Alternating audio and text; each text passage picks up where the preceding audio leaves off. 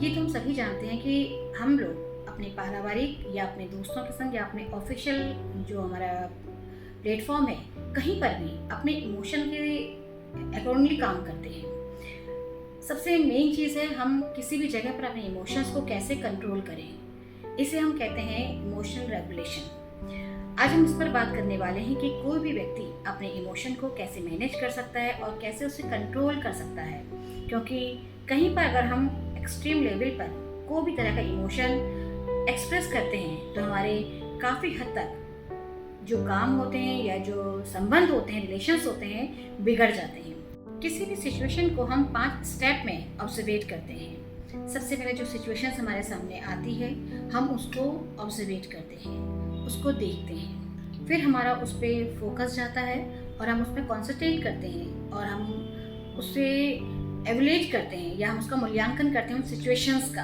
उसको एवलेट करने के बाद हमारे फिजिकल या मेंटल जो चेंजेस आते हैं हमारे अंदर, वो बदलाव हमारे अंदर आने लगते हैं और लास्ट में हमारे फिजिकल और मेंटल चेंजेस के बाद हम उस पर रिस्पॉन्स करने लगते हैं। तो जो ये 5 चरण है, अगर हम इन 5 चरणों में खुद को मैनेज करना सीख लेते हैं तो काफ़ी हद तक हमारा इमोशन हमारे कंट्रोल में होता है और हम किसी भी सिचुएशन को खराब होने से बचा सकते हैं। जब भी आपको लगता है कि आप कहीं पर भी अपने इमोशन का बैलेंस खो रहे हैं तो कोशिश कीजिए आज हम जो टिप्स को शेयर कर रहे हैं उसको फॉलो करने की। जब भी आपको कहीं पर किसी सिचुएशन का नेगेटिव रिस्पॉन्स करने की स्थिति आती है तो कुछ सेकंड्स का, एटलीस्ट 10 सेकंड्स का पॉज करने की हैबिट डालिए। जब भी आप किसी का रिएक्शन देखते हैं, सिचुएशन कुछ एक्सट्रीम नेगेटिव है जहाँ पर आपका उत्तेजित होना स्वाभाविक है, तो कोशिश करिए खुद को 10 सेकंड का पॉज देने की, क्योंकि 10 सेकंड अगर हम अपने आप को रोक सकते हैं तो हमारा इमोशनल जो बैलेंस है वो होना शुरू हो जाता है। जब हम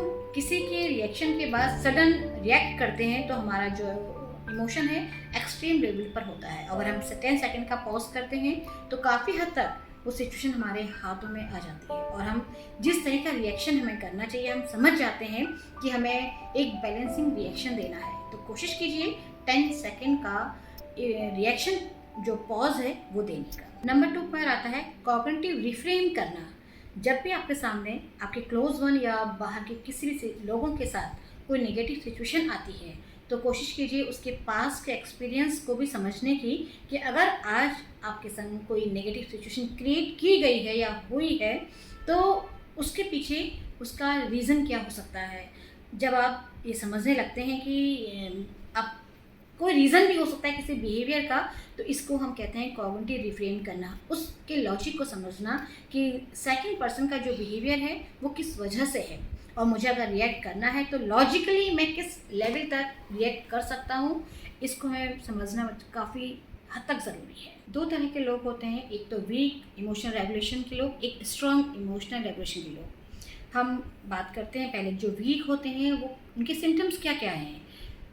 छोटी छोटी बातों में चिल्लाना या ओवर रिएक्ट कर जाना, कई बार अपने स्ट्रेस को या अपने नेगेटिव सिचुएशन से बचने के लिए most of time social media का सहारा लेना, अपने आसपास के लोगों से कट के रहना, लोगों से प्रॉपर कन्वर्सेशन नहीं करना या अचानक से बहुत वॉयलेंट हो जाना या हर बात को नेगेटिवली लेना। ये जो सिम्टम है, ये कमज़ोर जो इमोशनल रेगुलेशंस के लोग होते हैं उन पर ये सिम्टम्स दिखाई देते हैं। जो स्ट्रॉन्ग इमोशनल रेगुलेशंस के लोग होते हैं उनकी सबसे बड़ी खासियत ये है कि किसी भी सिचुएशन में वो अपनी भाषा का प्रयोग बहुत स्ट्रांगली करते हैं, बहुत पॉजिटिव करते हैं। कितना भी गुस्सा हो, कोई ऐसे वर्ड्स नहीं बोलते जिससे उनके संबंधों में कोई दरार आए या उनके ऑफिशियल रिलेशनशिप खराब हो। उनकी भाषा पर उनका पूरी तरह से नियंत्रण होता है। नंबर 2, अपने जो ऑफिशियल वर्क होता है या कहीं पर भी उनको कोई क्रिटिसाइज़ किया करता है या कोई उनको टिप्स देते हैं तो उसको वो नेगेटिव नहीं लेते, हमेशा पॉजिटिव लेते हैं, खुद को ग्रोथ करने के लिए उनका यूज़ करते हैं। वो अक्सर हेल्दी एक मेंटल हेल्थ को अचीव करते हैं क्योंकि वो तनाव और एंजाइटी से निकलने के लिए काफ़ी हद तक खुद को पंक्चुअल और डिसिप्लिन रखते हैं। और लास्ट में आपसे ये कहना चाहूँगी कि इमोशनल रेगुलेशंस कोई एक दिन या एक हफ्ते की चीज़ नहीं है, ये आपका बिहेवियर मॉडिफिकेशन की चीज़ है जो आपकी रेगुलर प्रैक्टिस पे आपके अंदर आ जाती है। और आप अपनी पूरी पर्सनैलिटी को चेंज कर पाते हैं। लेकिन ये सब चीज़ें आपकी कंसिस्टेंसी पर डिपेंड करती है कि आप कितना हद तक रेगुलर रहते हैं इस चीज़ को सीखने के लिए या इस चीज़ को बनाने के लिए, और आपने हर इमोशन पे कंट्रोल पा सकते हैं।